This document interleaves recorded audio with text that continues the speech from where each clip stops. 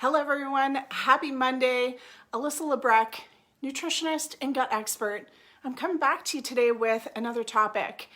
The number one thing that our clients come into our Love and Trust Your Guts program struggling with is their confidence.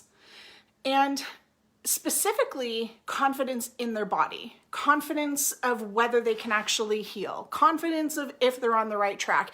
And so it creates a lot of overthinking and wondering and worrying, and we get into the what if game. And so today I want to talk to you guys about how you can feel absolutely confident and know for sure that what you are doing is fixing your gut. Okay, now here's the thing. Because many of our clients, when they come into the program, have tried a million things, they've tried all the random supplements, they've been to their doctor, they've even been to other health practitioners before, and everything that they've tried hasn't worked. It's created this story in their head of like, maybe I'm a special case. Maybe it's not possible for me to heal. Maybe I'm never going to thrive. I'm just gonna maybe get by. If I can just get these symptoms to be a little bit better, then that would be awesome. But the idea of fully resolving their gut issues almost feels like a hope and a dream. And so I want to give you some really specific, tangible things that you're going to be looking for to know that what you're doing is actually going to work or if it's not going to work. So the first thing that we actually have to do is we have to unpack the fear. Because again, when we've tried all of the things and it feels like nothing has worked, it generates fear. And so many people will, on top of having fear of foods and reactions and their gut getting worse and just overall health issues, will now fear spending money because they're scared that they're going to invest more money and then that also not work. So now they've got health issues and now they've wasted money. Who here has felt that way? Let me know in the comments if you have ever felt like I want to fix this, but I've spent so much money trying random things and nothing has worked. Now I'm not only scared of my symptoms, I'm scared of my body and I don't know what to do about it, but now I'm scared to spend more money. So we have to work with tangible things. Let's talk about what those tangible things are. The first thing that you want to ask yourself to know if what you're doing is actually going to fix your gut. I'm going to say it again. If what you are doing is actually going to fix your gut, the first thing you have to ask yourself is, am I working from data? What do I mean by that? Well, a lot of people are just going off of symptoms, right? Or they're chasing after some diagnosis from the doctor. And then the doctor's like, oh, you've got IBS. Lifelong thing, nothing you can do about it. Send you home with a pamphlet. Don't eat the foods that hurt your stomach, basically, right? Not helpful. So you get this diagnosis and you're working off of these symptoms and you start Googling. And maybe you've worked with a practitioner before even. And everywhere you read and the people you talk to, they're like, you need to take a probiotic. You need to take a digestive enzyme. If you haven't done proper functional testing, and these types of tests, guys, are not available through your doctor. I get this question all the time. What do I need to ask my doctor for? Your doctor doesn't run functional tests. Your doctor's going to run diagnostic tests to rule out major diseases. And then they slap a label on you and send you home with this life sentence, okay? What we work with inside the Love and Trust Your Guts program is functional testing. We're able to identify what is going on inside the body that's impacting the functionality. So we're going to look for pathogens. We're going to look for damage and deficiencies. And that is the level that we're working on. We're also going to look at toxic levels in the body, what toxins are present. Okay, so if you are guessing, because there's no proper testing that's been done, there's no data that's been drawn from the body, then we're guessing. Okay, we're throwing past at the wall hoping it sticks. We're driving blindfolded. We're throwing darts, however you want to put it. That is a good indicator that what you are about to try is likely going to be a waste of money. And it may not work. If you're lucky, it might manage some of the symptoms, but if we are not working from data, we're guessing. So the first thing you have to get in place to feel confident that what you're doing is going to work is data. Now, when we get data, you get clarity, because then we get to say, okay, for sure, looking at your test results here, I can see that this marker is indicating that your body is struggling to produce digestive enzymes, and you're within a range that requires supplementation while we address the root cause as to why these enzymes are depleted in the first place.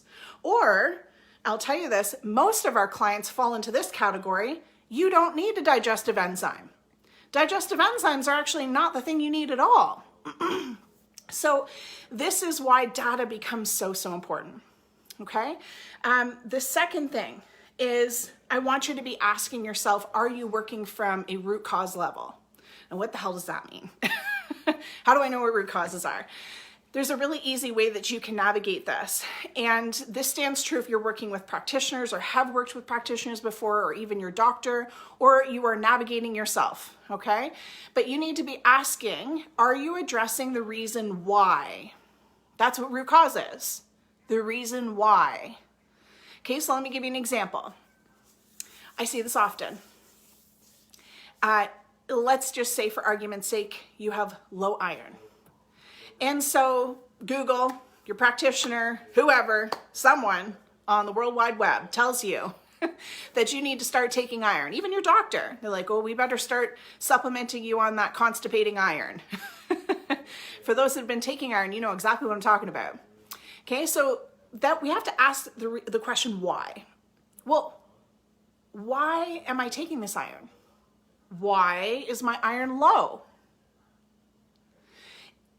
Is the reason why your iron low due to a deficiency in supplementation of iron? No. No, that's not how this works. It's not how your body works. There's a reason why that iron is low.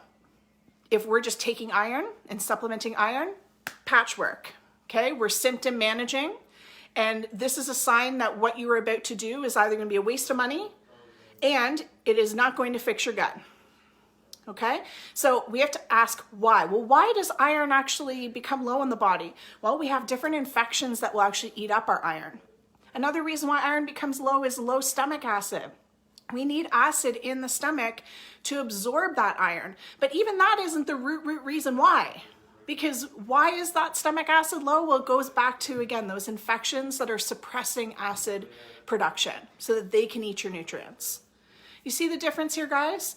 Root cause, addressing the reason why, would be getting rid of the pathogen that's eating your iron and suppressing your acid production, which helps you absorb iron. Symptom management is taking iron supplementation. So this is how you can start to really build confidence in knowing whether you are actually fixing your gut, is if you have and are addressing the reason why these symptoms are happening. Let's keep playing this game. Probiotics. Okay, let's play probiotic game. So someone tells you need to start taking probiotics. Let's just say, for argument's sake, we collected data and you actually do have low levels of good bacteria, beneficial bacteria. Okay, let's play the game. Why is there low levels of beneficial bacteria? Well, it is not due to a deficiency in supplementing probiotics. That's for damn sure. Right? Now, here's the really fascinating thing. I'll tell you this. When we first started in the Love and Trust Your Guts program, we've always done testing, and we would have clients come in and show, holy shit, they're super low in beneficial bacteria. And, you know, all the schools will tell you if this marker says low, they require high dose probiotics. So it is. We would have them supplement high dose probiotics, and sure as shit, 6 months later, we retest them, and those beneficial bacteria didn't move. They didn't increase, even when that person was taking 500 billion bacteria in a day. Isn't that fascinating? So we started asking, well, why is that? I'm going to give you an analogy, okay? I want you to imagine your intestines are lined with chairs, like the chair we sit in, okay?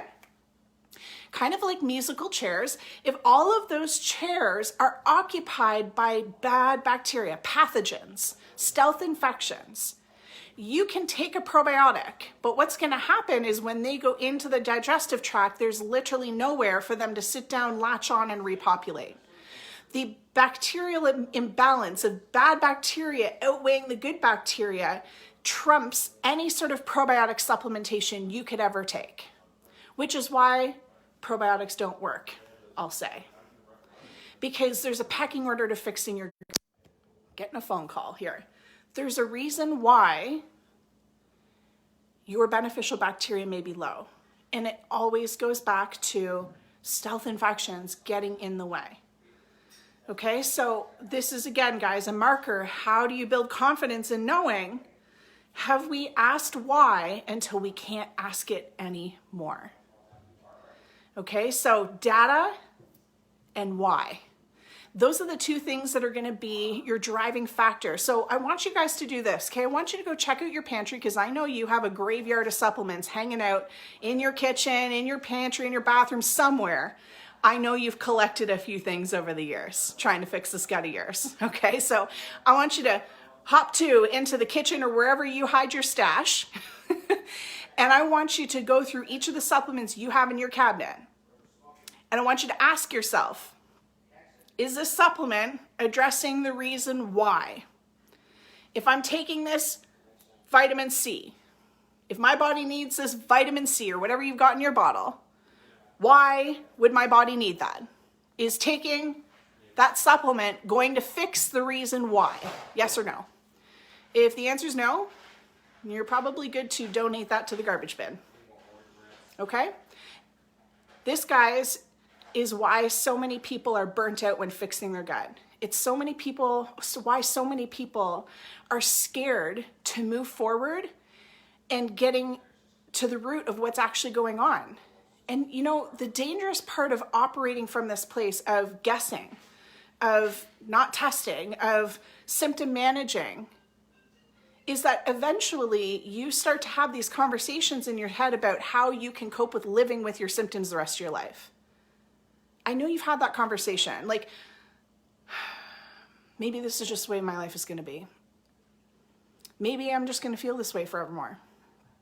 And I'm here to tell you that that is not the case. That is not the case. You know, my clients ask me all of the time, why don't doctors talk about this? I don't know. Actually, I do. They're not trained in it, but I don't know why there's so much resistance. This is why we have to become advocates for our own health. We have to become inquisitive and curious. We have to take our power back, for God's sakes, because what's happening here is we've given our power away to the almighty doctors, to the almighty practitioners, and said, here, you fix me. We don't operate that way in the Love and Trust Your Guts program. The very first thing I tell my clients is, I am not here to fix you. We're going to teach you how to fix yourself. And part of that is gaining confidence back in yourself, back in using that inner guide, trusting that intuition, those urges and those nudges that come from your gut that say, this isn't working for me. And that's just part of the trick, guys, is you guys have been sitting on these supplements and trying all these random, restrictive diets and techniques to try to fix your gut, and it's not working. It's not working. That's why you're here in a Facebook group for your gut, because what you're doing isn't working. So something has to change. What you're doing has to change. But we got to put the fear down and operate from concrete data. Okay, so that is going to be the difference. That's what's going to get you there. So long as you're hanging out with me, we're not going to let you lose the faith here. We're here in this group to take action. This group here, the Love Your Guts IBS support group in our Facebook group, this is an action-taking group. Okay, so we don't symptom manage anymore. You promise me that? So data, and I want you to keep asking that question why. And then when you guys jump in that kitchen and you've made that list of all the supplements, let me know in the comments below all of the different supplements that you've collected over the years. I'm dying to know. I did the exact same thing when I was trying to fix my gut nearly a decade ago. So we'll chat real soon, guys. We'll see you next week. Bye.